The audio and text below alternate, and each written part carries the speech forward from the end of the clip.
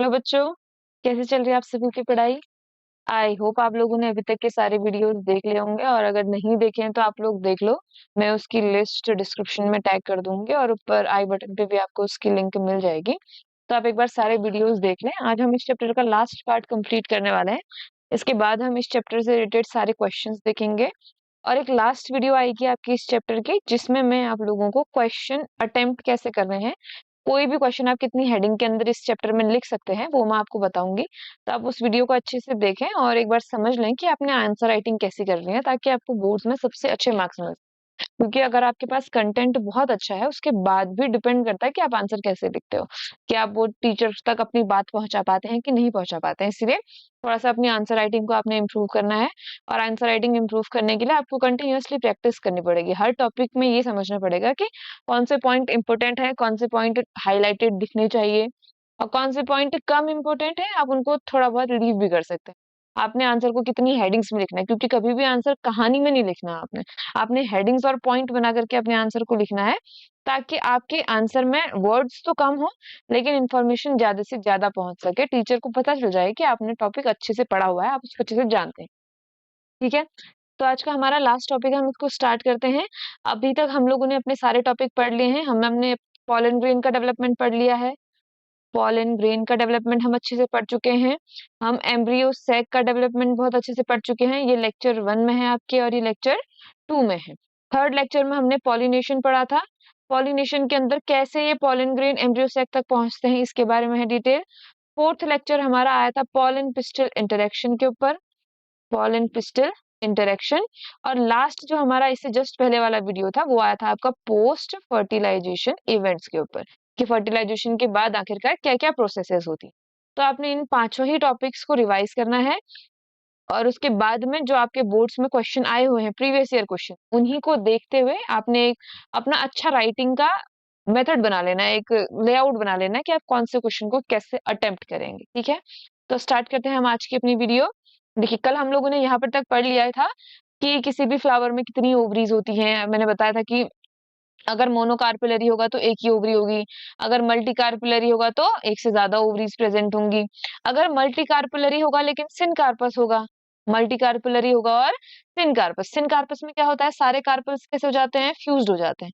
तो अगर multi carpellary होने के बाद सारे कार्पल्स फ्यूज हो जाएंगे, तो आप उस कंडीशन में क्या बोलेंगे, उस कंडीशन में नीचे ओवरी तो एक ही होगी, लेकिन ओवरी के अंदर क्या होंगे, मल्टीपल लोक्यूल्स होंगे। लोक्यूल्स का मतलब चैम्बर।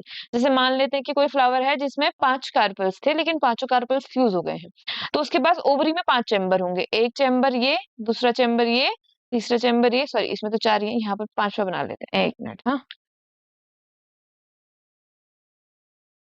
ये देखिए, 3, 4 और 5, ये 5 चैम्बर हमारे बन गए हैं। इसका मतलब लोक्यूल 5 है का क्या मतलब है कि इस प्लांट में 5 ओवरीज होती थी, जिसकी वजह से कितने लोक्यूल बन गए हैं, 5 लोक्यूल बन गए हैं। अब हर लोक्यूल में ओव्यूल का नंबर एक भी हो सकता है और एक से ज्यादा भी हो सकता है। जैसे आपने ऑरेंजेस देखे होंगे, ऑरेंजेस में क्या होते हैं, डिफरेंट डिफरेंट पीसेस होते हैं ना, तो जितने पीस हैं इसका मतलब उतने उसमें लोक्यूल रहे होंगे। और हर लोक्यूल में एक से ज्यादा सीड्स होते हैं। ज्यादा सीड्स मतलब ज्यादा ओव्यूल, जितने सीड्स उतने ओव्यूल, किसी भी फ्रूट को अगर आप देखेंगे। ठीक है, और एक ओव्यूल के अंदर जनरली कितने एम्ब्रियोज होते हैं, एक ही एम्ब्रियो होते हैं। लेकिन अभी हमने एक कंडीशन देखनी है पॉली एम्ब्रियोनी की, जिसमें सीड तो एक ही होगा लेकिन उसके अंदर एक से ज्यादा एम्ब्रियोज प्रेजेंट होंगे। ठीक है, तो ये एक बेसिक कॉन्सेप्ट है कि किसी भी एक फ्लावर में एक ओवरी भी हो सकता है और मल्टीपल ओवरीज भी हो सकती है। अगर सिंगल ओवरी है तो उसके अंदर में ओव्यूल्स प्रेजेंट होंगे, अगर मल्टीपल ओवरीज प्रेजेंट है तो वो ओवरीज फ्यूज भी हो सकती हैं और फ्यूज नहीं भी हो सकते। ऐसा भी हो सकता है कि सारी ओवरीज अलग अलग हो। ठीक है, अगर ओवरीज फ्यूज होंगी तो इसका मतलब क्या है, उसके अंदर क्या प्रेजेंट होंगे, लोक्यूल्स प्रेजेंट होंगे। और जितने लोक्यूल्स होंगे उतने ही क्या होंगे, उसमें ओवरीज प्रेजेंट होंगे। एक लोक्यूल में एक से ज्यादा ओव्यूल हो सकते हैं, यानी कि हर लोक्यूल में एक से ज्यादा सीड्स प्रेजेंट हो सकते हैं। और हर ओव्यूल के अंदर जनरली एक ही एम्ब्रियो सैक होता है, इसीलिए एक ही एम्ब्रियो प्रेजेंट होता है। आई थिंक इतना आपको क्लियर है। ओके, तो अब हम आते हैं आगे के टॉपिक के ऊपर में। ठीक है, तो क्या बोल रहा है, can you think of some plants in which fruit contain very large number of seed. कोई ऐसा प्लांट आ रहा है आपके दिमाग में जिसमें फ्रूट के अंदर बहुत सारे सीड्स होते हैं, एक ही फ्रूट के अंदर बहुत सारे सीड्स होते हो। इसमें से एक एग्जांपल क्या है, ऑर्किड फ्रूट। ऑर्किड फ्रूट में ऑर्किड एक ऐसा फ्रूट है जिसमें हर एक फ्रूट में थाउजेंड्स ऑफ टाइनी सीड्स होते हैं, बहुत सारे टाइनी सीड्स होते हैं, ठीक है। तो यहाँ पर पे क्या है, अब ऐसा ही सिमिलर केस किस में प्रेजेंट है बोल रहा है, मतलब अगर आपसे पूछा जाएगा कि कौन कौन से फ्रूट में बहुत सारे सीड्स प्रेजेंट होते हैं, तो आपने आंसर देना है एक तो ऑर्किड फ्रूट में, दूसरा आपने आंसर देना है ऑरबैंक एंड स्ट्रिगा फ्रूट में, इन दोनों फ्रूट में, ऑरबैंक एंड स्ट्रिगा, इन दोनों फ्रूट में भी बहुत सारे सीड्स प्रेजेंट होते हैं, ठीक है। अगर आपसे पूछा जाए कि ऐसा और कौन सा है, तो आपने आंसर देना है फाइकस, क्योंकि फाइकस के फ्रूट में भी बहुत सारे सीड्स प्रेजेंट होते हैं, और फाइकस का एक फ्रूट कभी भी एक फ्लावर से नहीं बनता है। फाइकस का जो फ्रूट है वो ट्रू फ्रूट नहीं है, वो फॉल्स फ्रूट है, क्योंकि वो एक ऐसा इन्फ्लोरेसेंस है। फाइकस आप जानते क्या है, फाइकस है तिमुल, जो हम जनरली तिमुल के पेड़ देखते हैं ना अपने गांव में, वो तिमुल का फ्रूट कैसा होता है, कुछ इस टाइप का फ्रूट होता है तिमुल का। तिमुल के फ्रूट में ये पूरा इन्फ्लोरेसेंस है, ये फ्रूट में क्या है, इन्फ्लोरेसेंस है। तो यहाँ नीचे की तरफ को फीमेल फ्लावर्स प्रेजेंट होते हैं और ऊपर की तरफ को मेल फ्लावर्स प्रेजेंट, ठीक है। तो ये जो हमारा तिमुल का फ्रूट बोलते हैं जो हम, ये फ्रूट नहीं है बल्कि ये क्या है, एक इन्फ्लोरेसेंस है, और ये पूरा स्टेम का पार्ट है। तो यहाँ पर ये जो फीमेल फ्लावर्स होते हैं, बहुत सारे फीमेल फ्लावर होते हैं, तो हर फ्लावर के अंदर एक सीड प्रेजेंट होगा, और वो सीड इस फ्रूट के अंदर प्रेजेंट होंगे। तो इसी फ्रूट में बहुत सारे सीड्स प्रेजेंट होते हैं, हालांकि ये ट्रू फ्रूट नहीं है, मगर इस एक फ्रूट में मल्टीपल सीड्स प्रेजेंट होते हैं, और वो सीड ना बहुत ज्यादा छोटे होते हैं, बहुत छोटे होते हैं। देखा आपने तिमुल का पेड़ कितना बड़ा होता है, तो उतने छोटे से सीड से उतना बड़ा पेड़ बन सकता है, ठीक है। देखो बोल रहा है यहाँ पर पे कि how large is the tree of ficus developed from that tiny seed, उस छोटे से सीड से कितना बड़ा प्लांट डेवलप होता है बोल रहा है, कितने सारे बिलियंस ऑफ सीड उस एक ट्री में प्रोड्यूस होते होंगे, कितने सारे फ्रूट होते हैं, और हर फ्रूट में बहुत हजारों एकदम सीड्स प्रेजेंट होते हैं, तो टोटली तो बिलियंस ऑफ सीड्स प्रेजेंट होते हैं एक फाइकस की ट्री में, जो सिर्फ उतने छोटे से सीड से बना हुआ है। बोल रहा है can you imagine any another example in which such tiny structure can produce such a large biomass over the year। Large biomass का मतलब है कि बहुत बड़े वेट वाला कोई चीज बन जाएगा, तो उसको लार्ज बायोमास बोलते हैं। तो ऐसा एक एग्जांपल मैं आपको बता देती हूँ, एक एग्जांपल है रेडवुड ट्री। रेडवुड ट्री सबसे बड़े प्लांट्स में से एक है, सबसे बड़े ट्रीज में से एक है, और इसका सीड ना वो टमाटर के सीड के बराबर होता है, काफी छोटा सा सीड होता है इसका, ठीक है। तो उतने छोटे से सीड से काफी एक ह्यूज पेड़ बन रहा है, सबसे बड़े ट्रीज में से एक ट्री बन रहा है। तो ये क्या है, हमारा एक एग्जाम्पल है, किसके साथ साथ, फाइकस के साथ साथ, फाइकस मतलब तिमुल। तो तिमुल और रेडवुड ट्री दोनों ही बहुत छोटे से सीड से प्रोड्यूस होते हैं, लेकिन बहुत ही बड़ा प्लांट इनका बनता है, ठीक है। अब आगे हमारा अगला टॉपिक है एपोमिक्सिस एंड पॉलीएम्ब्रियो। अगर मैं आपको बहुत जनरल वर्ड्स में इन दोनों का मतलब समझाना चाहूँ, तो मैं अब आपको बता देती हूँ एपोमिक्सिस क्या होता है, पॉलीएम्ब्रियो। हम लोगों ने ये पढ़ा है कि हमारे पास में ओवरी होती है, ओवरी के अंदर न्यूसेलस होता है, और न्यूसेलस के अंदर की कोई एक सेल डेवलप करके क्या बनाती है, एम्ब्रियो सैक, ठीक है। एम्ब्रियो सैक के अंदर एग होता है, एग कैसा होता है, हैप्लॉइड होता है। कुछ प्लांट ऐसे होते हैं जिसमें ये एग हैप्लॉइड ना होकर के बल्कि कैसा होता है, डिप्लॉइड होता है। एग ही डिप्लॉइड है। अब ये एग क्या करेगा, इसमें फर्टिलाइजेशन नहीं होगा, ठीक है। Diploid egg directly multiple division करना शुरू कर देगा, और ये खुद ही बिना फर्टिलाइजेशन किए एक सीड बना देगा। ऐसे सीड को हम क्या बोलेंगे, एपोमिक्सिक सीड। और इस प्रोसेस को क्या बोलते हैं, एपोमिक्स बोलते हैं। एपोमिक्सिस क्या है, without fertilization, without fertilization, without fertilization अगर सीड बनते हैं, तो उसको हम क्या बोलते हैं, एपोमिक्सिस बोलते हैं, और ऐसे सीड्स को हम एपोमिक्टिक सीड्स बोला जाता है, ठीक है। को अपने हमने कल एक ऐसा फ्रूट भी पढ़ा था जो विदाउट फर्टिलाइजेशन बनता है, बिना फर्टिलाइजेशन के ही फ्रूट बन जाता है, उस फ्रूट में सीड नहीं होते, तो ऐसे फ्रूट को हमने क्या बोला था, पार्थेनोकार्पिक फ्रूट बोला था। तो ये दोनों ही, आप कंफ्यूज नहीं होना, पार्थेनोकार्पी क्या है, अगर फ्रूट डेवलप होता है विदाउट फर्टिलाइजेशन तो उसको हम क्या बोलते हैं, पार्थेनोकार्पी। लेकिन अगर सीड डेवलप हो जाए विदाउट फर्टिलाइजेशन तो उसको हम क्या बोलते हैं, एपोमिक्सिस। तो एपोमिक्सिस क्या है, देखो यहाँ पर क्या कोई फर्टिलाइजेशन हो रहा है, क्या कोई मेल या फीमेल गैमेट बन रहा, नहीं ना, सीधे एग से ही नया प्लांट डेवलप हो जा रहा है, एग से ही नया एम्ब्रियो बन जा रहा है, नया सीड बन जा रहा है। तो ये सेक्सुअल रिप्रोडक्शन नहीं है, लेकिन ये सेक्सुअल रिप्रोडक्शन होने की क्या कर रहा है, मिमिक्री कर रहा है। जैसे मिमिक्री करते हैं ना, अमिताभ बच्चन है तो नहीं, लेकिन अमिताभ बच्चन की मिमिक्री कर रहे हैं, आवाज निकाल रहे हैं उसकी, उसकी जैसे एक्टिंग कर रहे हैं। तो उसको मिमिक्री बोलते हैं हम। तो यहाँ पर ये सेक्सुअल रिप्रोडक्शन है तो नहीं, क्योंकि यहाँ पर कोई फर्टिलाइजेशन नहीं हो रहा है। जब फर्टिलाइजेशन होता है तब हम उसको सेक्सुअल रिप्रोडक्शन बोलते हैं, ठीक है। तो ये सेक्सुअल रिप्रोडक्शन तो नहीं है, लेकिन ये सेक्सुअल रिप्रोडक्शन होने की क्या कर रहा है, मिमिक्री कर रहा है, क्योंकि सीड्स काय में बनता है, सेक्सुअल रिप्रोडक्शन में। लेकिन यहाँ पे बिना फर्टिलाइजेशन बिना रिप्रोडक्शन के ही सीड बन जा रहे हैं, तो एक तरीके से ये क्या है, सेक्सुअल रिप्रोडक्शन की मिमिक्री कर रहा है। उसको हम क्या बोलते हैं, एपोमिक्सिस बोलते हैं। अगला हमारा टॉपिक क्या है, अगला हमारा टॉपिक है पॉलीएम्ब्रियोनी। पॉलीएम्ब्रियोनी क्या होता है वो हम समझते हैं। हम थोड़ा सा ओव्यूल के स्ट्रक्चर में जाएंगे। इसके लिए हमारे पास ये क्या है, एम्ब्रियो सैक है। एम्ब्रियो सैक के चारों तरफ क्या प्रेजेंट है, न्यूसेलस प्रेजेंट है, ठीक है। न्यूसेलस के बाहर क्या है, ऐसे इंटेग्यूमेंट्स प्रेजेंट है। अगर तुम लोगों को थोड़ा सा स्ट्रक्चर याद हो तो बड़ा ही अच्छा रहेगा, क्योंकि अब बायोलॉजी में आपको जितनी ज्यादा ड्राइंग समझ में आती है उतना अच्छा है। जितनी ज्यादा आप ड्राइंग बना पाते हैं वो तो और भी ज्यादा अच्छा है, ठीक है। ये हमारा क्या बन गया, हाइलम बन गया, ठीक। तो ये एक कॉमन हमने क्या की फोटो बना दी है, ओव्यूल की फोटो बना दी। ये सेंटर में क्या है, एम्ब्रियो सैक है। एम्ब्रियो सैक में माइक्रोपाइल की तरफ को क्या होगा, एग होगा, और दो क्या होंगे, synergid cells. Antipodal type part में क्या होगा, तीन एंटीपोडल सेल्स होंगे चलाजा साइड में, और बीच में क्या होंगे, दो पोलर न्यूक्लियाई। तो ये क्या है हमारा, ये है, एक मिनट कलर बदलते हैं।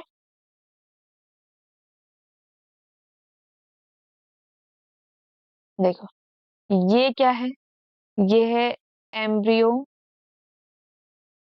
सैक, ठीक है। ये वाला जो पार्ट है, ये मैं डॉट डॉट डैप डैप कर रही हूँ, ये पार्ट है हमारा न्यूसेलस।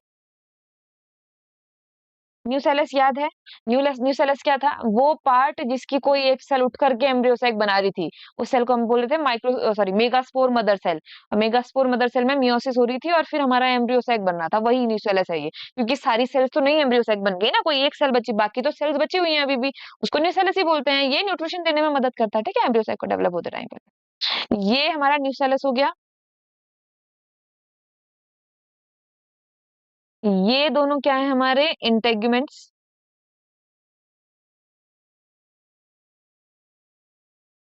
आज राइटिंग थोड़ी, ठीक है। और ये क्या है, बाकी चलाजल पोल है, फनिकल है, हाइलम है, वो सारी पार्ट्स हैं, इनको हमने ज्यादा ध्यान नहीं देना, हमने यहाँ भी ध्यान। ये एम्ब्रियो सेक के चारों तरफ न्यूसेलस की सेल्स हैं। अब मान लो इन न्यूसेलस के कुछ सेल को लगा के देखो भैया, ये अभी भी हमें एम्ब्रियोज और बनाने की जरूरत है।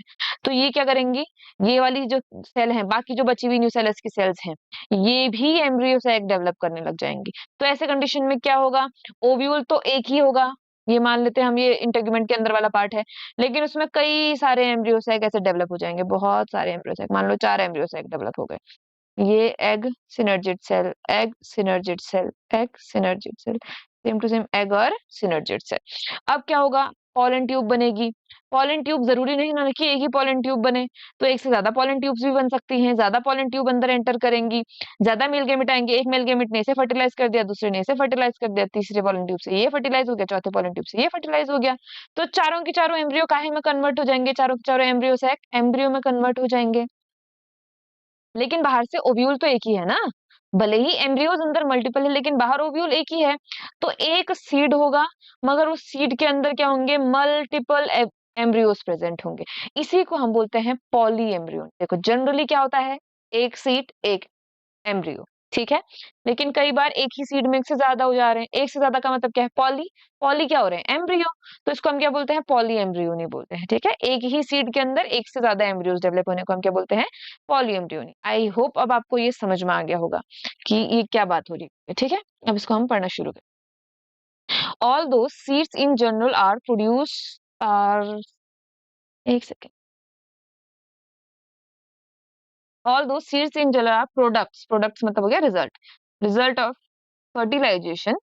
A few flowering plants such as some species of, याद रखना है किस किस में हो रहा है, एस्टेरियास एंड ग्रासेस। कुछ ग्रासेस और एस्टेरियास फैमिली के जो मेंबर्स हैं, उन्होंने एक नई मैकेनिज्म इवॉल्व करी, एक स्पेशल मैकेनिज्म इवॉल्व करी है to produce seeds without fertilization. इसको हम क्या बोलते हैं, एपोमिक्सिस। आपको इतना ही याद रखना है, production of seed without fertilization is apomixis. किस किस में होता है, एस्टेरियास में और ग्रासेस में होता है। कैसे हो रहा है देखो, what is fruit production without fertilization called? अभी हमने पढ़ा था, क्या बोलते हैं? पार्थेनोकार्पी बोलते हैं। Apomixis is a form of asexual reproduction, ये मेन पॉइंट है। एपोमिक्सिस कैसा रिप्रोडक्शन है? एसेक्सुअल रिप्रोडक्शन है, सेक्सुअल रिप्रोडक्शन नहीं है। एपोमिक्सिस क्या form of asexual reproduction that mimics sexual reproduction, sexual reproduction की नकल कर रहा है। There are several ways of development of apomictic seeds. Apomictic seed बनाने के कुछ तरीके हैं, जैसे कुछ में से एक है कि some species, in some species diploid egg is formed without reductional division. मतलब माइक्रो मेगास्पोर मदर सेल में मियोसिस होने के बदले क्या होगी? माइटोसिस। ये मेगास्पोर मदर सेल है, मेगास्पोर मदर सेल क्या होगी? 2n। इससे जो एग बनना चाहिए वो वैसे तो क्या बनना चाहिए? वो वैसे हैप्लॉइड बनना चाहिए। कौन सा डिवीजन होना चाहिए? मियोसिस। लेकिन मियोसिस होने के बदले यहाँ पर क्या हो जाता है? माइटोसिस होगा। और माइटोसिस होने की वजह से जो नया एग बनेगा ये भी कैसा बनेगा? डिप्लॉइड ही बनेगा। अब डिप्लॉइड ही एग होगा तो उससे बनने वाला प्लांट भी डिप्लॉइड ही होगा, इसको फर्टिलाइजेशन की जरूरत ही नहीं है ना? एग बन जाएगा without reductional division, reductional division का मतलब है meiosis. And develops into the embryo without fertilization, fertilization की जरूरत ही क्या है इसको जब ऑलरेडी डिप्लॉइड है तो। ठीक है, ये किसकी बात होगी? एपोमिक्सिस खत्म हो गया यहाँ पर। अब देखो, मोर ऑफन, ज्यादातर या कभी कभी क्या है? मैनी सिट्रस एंड मैंगो,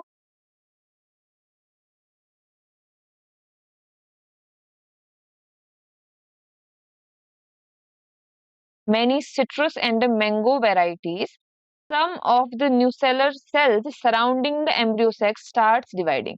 कुछ न्यूसेलर सेल एम्ब्रियो सेक के चारों तरफ की, न्यूसेलर सेल्स का मतलब हो गया न्यूसेलस की सेल्स, उनमें क्या होने लग जाता है? उनमें डिवीजन होने लग जाता है, प्रोट्रूड्स इनटू एम्ब्रियो सैक, जिससे क्या बन जाता है? एम्ब्रियो सैक बन जाता है। एंड डेवलप इनटू एम्ब्रियो, जिससे बाद में क्या डेवलप होते हैं? एम्ब्रियोज डेवलप होते हैं। In such species each ovule contain many embryos, एक ही ओव्यूल में कितने एम्ब्रियो होते हैं? बहुत सारे एम्ब्रियो होते हैं।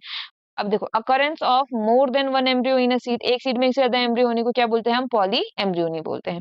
अब आप पॉली एम्ब्रियोनी कहाँ देख सकते हैं? आप पॉली एम्ब्रियोनी देख सकते हैं ऑरेंज में। ऑरेंज को आपने क्या करना है? इसमें से कोई एक सीड निकालिए, उस सीड का जो छिलका होता है ना, सफेद सफेद कलर वाला जो बाहर का छिलका होता है, उस छिलके को हटा दीजिए और अंदर देखिए आपको बहुत सारे एम्ब्रियोज अलग अलग साइज के दिखेंगे, कोई बड़ा कोई छोटा, किसी का शेप कैसा, किसी का शेप कैसा, अलग अलग साइज और शेप के अलग अलग एम्ब्रियोज दिखेंगे। आप चाहो तो इन एम्ब्रियोज को काउंट भी कर सकते हो, किसी में ज्यादा होते हैं, किसी में कम होते हैं। ठीक है, हर सीड में बराबर नहीं होंगे। अभी आगे क्या बोल रहे थे? अभी मैं आपको सीड दिखाती हूँ, रुको मैं दिखाई देती हूँ पहले। ये देखो, ये हमारा ऑरेंज का सीड है, इसके बाहर क्या होती है? ऐसे व्हाइट कलर की ऐसे कवर होती है, जो हमें दिखाई देती है ना, वो व्हाइट कलर का कवर होता है, उसको हटाते हैं तो हमें ऐसे दिखाई देता है। देखो कितने हैं? एक, ये एक बड़ा सा एम्ब्रियो है, ये दूसरा एम्ब्रियो है, ये तीसरा एम्ब्रियो है, चौथा है, पांचवा, छठा, सातवां, 7 एम्ब्रियोज प्रेजेंट है। तो 7 एम्ब्रियोज तो सामने से हमें दिखाई दे रहे हैं। तो मल्टीपल एम्ब्रियोज प्रेजेंट हो सकते हैं, किसी में 4, किसी में 5, किसी में 7, ऐसे बहुत सारे एम्ब्रियोज। ठीक है, अब आगे क्वेश्चन क्या बोल रहा है? What would be the genetic nature of apomictic embryo? apomictic embryo का जेनेटिक कंडीशन क्या होगी? बोला देखो, एग का क्या था? डिप्लॉइड था। डिप्लॉइड में फिर मियोसिस होता, माइटोसिस होता जाएगा, तो फिर जो बनेगा एम्ब्रियो वो भी तो डिप्लॉइड ही होगा ना। तो एपोमिक्टिक हो चाहे नॉर्मल हो, एम्ब्रियो हमेशा डिप्लॉइड ही होता है। ठीक है, क्या हम इसको क्लोन बोल सकते हैं? बोल रहा है, can they be called clone? Yes, they can be called clone, क्योंकि नॉर्मल सेल, एक नॉर्मल सेल ही तो आगे जाकर के एम्ब्रियो बना दे रही है ना।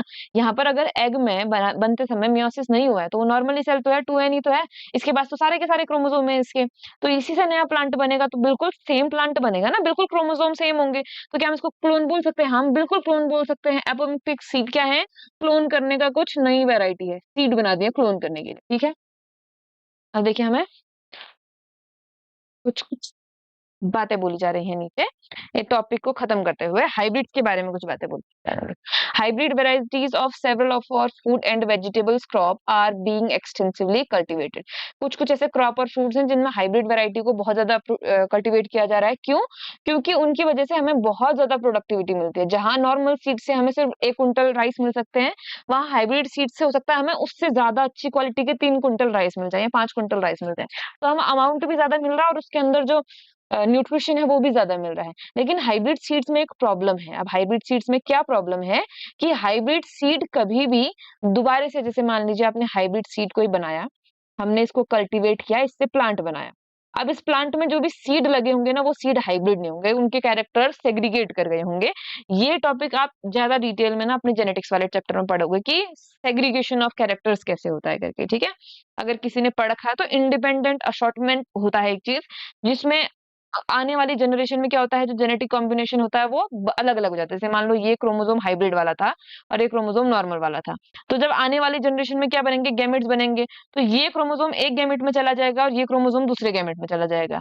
अब क्या होगा, अब ये जो नया प्लांट बनेगा, इस वाले से बनने वाला प्लांट में सिर्फ इसी के कैरेक्टर होंगे, ऐसा मान लेते हैं चलो, कि इस वाले जीन में ये प्रॉपर्टी थी कि ये क्रोमोसोम कैसा होगा, इसके पास में यील्ड करने की प्रॉपर्टी अच्छी होगी, ज्यादा यील्ड देगा। और ये वाला क्रोमोसोम ऐसा क्रोमोसोम था जिसमें जो फसल बनेगी उसमें न्यूट्रिशन का अमाउंट बहुत अच्छा होगा। अब क्या हुआ, अगली जनरेशन में ये दोनों अलग अलग हो गए।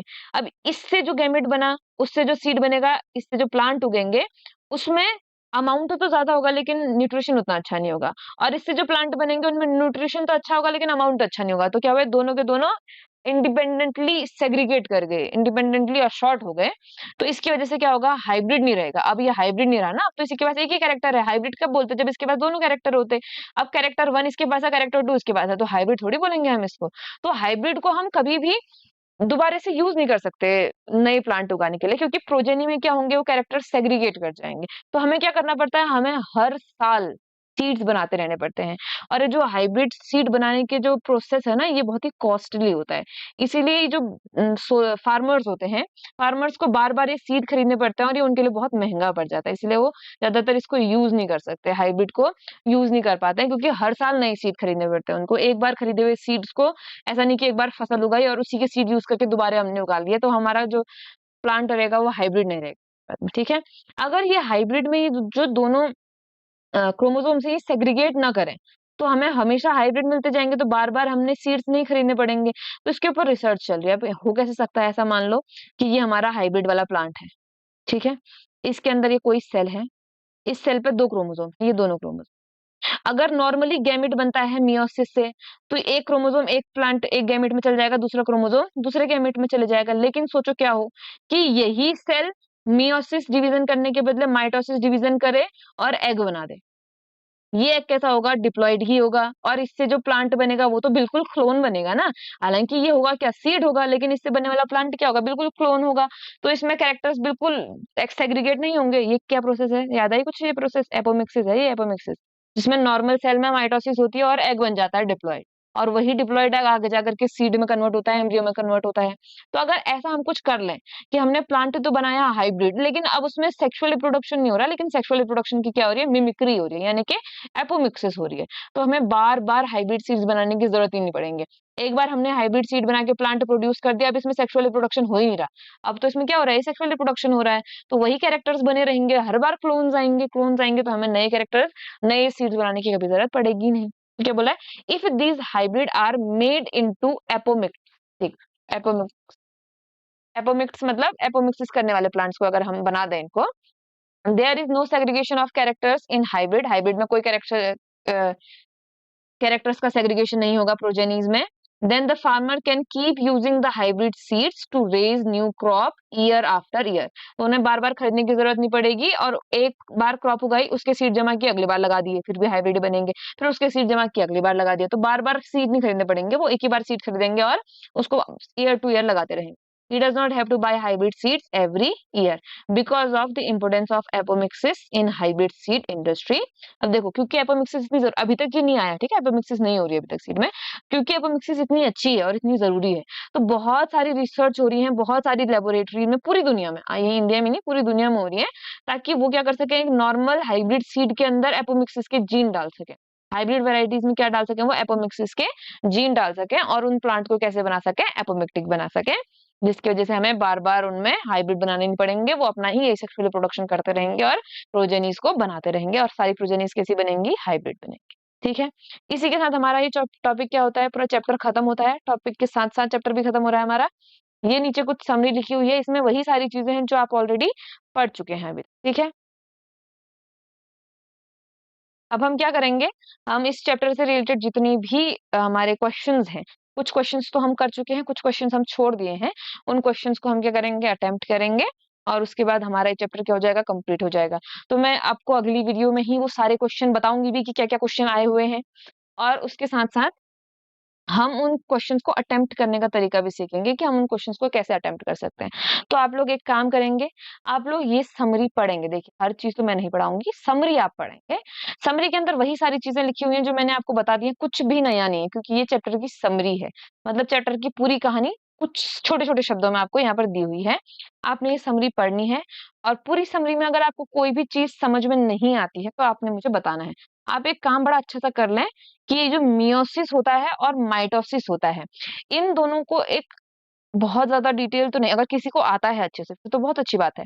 लेकिन अगर किसी को नहीं आता है तो आप एक सिंपल 9th 10th लेवल की मियोसिस माइटोसिस समझ लें। अगर 12th लेवल की समझ सके तो फिर तो और भी अच्छी बात है। लेकिन एक सिंपल भी अगर आप समझ जाते हैं कि मियोसिस में होता क्या है और माइटोसिस में क्या होता है, क्योंकि आपने ये सारी चीजें जेनेटिक्स में तो सीखनी पड़ेंगी। बिना मियोसिस सीखे हुए आप जेनेटिक्स नहीं पढ़ पाएंगे। खास करके इनहेरिटेंस वाला जो मॉलिक्यूलर बेसिस ऑफ इनहेरिटेंस वाला चैप्टर है, उसमें आपके कुछ टॉपिक ऐसे हैं जो आपको उसके बाद सीखने ही पड़ेंगे। और जेनेटिक्स एंड वेरिएशन के अंदर भी आपको मियोसिस बहुत बार यूज करना पड़ेगा। ठीक है, तो आप क्या काम करें कि मियोसिस और माइटोसिस अच्छे से पढ़ ही लें, और इसको पढ़ने के बाद में अगर आपको कुछ चीज समझ में नहीं आता है तो आप मुझसे पूछ लें। मैं ट्राई करूंगी कि आपका ये हाइब्रिड वाला चैप्टर होने से पहले, यानी कि जेनेटिक्स वाला चैप्टर कंप्लीट होने से पहले, अगर हो सकेगा तो आपको मियोसिस और माइटोसिस का एक शॉर्ट एक्सप्लेनेशन मैं आपको दे दूंगी, ताकि आपको समझ में आ जाए कि ओवरऑल मियोसिस माइटोसिस क्या है। हो सकती है कि आपको उसकी एक ही वीडियो मिले और उस वीडियो के अंदर आपको कंप्लीट एक्सप्लेन किया जाए। ठीक है, तो आप अभी जो भी चैप्टर आपको पढ़ा दिया गया है उसको अच्छे से पढ़ें, उसको अच्छे से रिवाइज करें। इससे रिलेटेड अगर आपके मन में कोई भी क्वेश्चंस आते हैं तो आप कमेंट सेक्शन में मुझसे पूछ सकते हैं। ओके, स्टडी वेल बच्चों, अच्छे से पढ़ाई करो, और उसके बाद में रिजल्ट जो हमारा बोर्ड है, बोर्ड में बहुत अच्छा रिजल्ट लेके आओ, बहुत अच्छे मार्क्स लेकर के आओ, खूब मेहनत करो। ओके।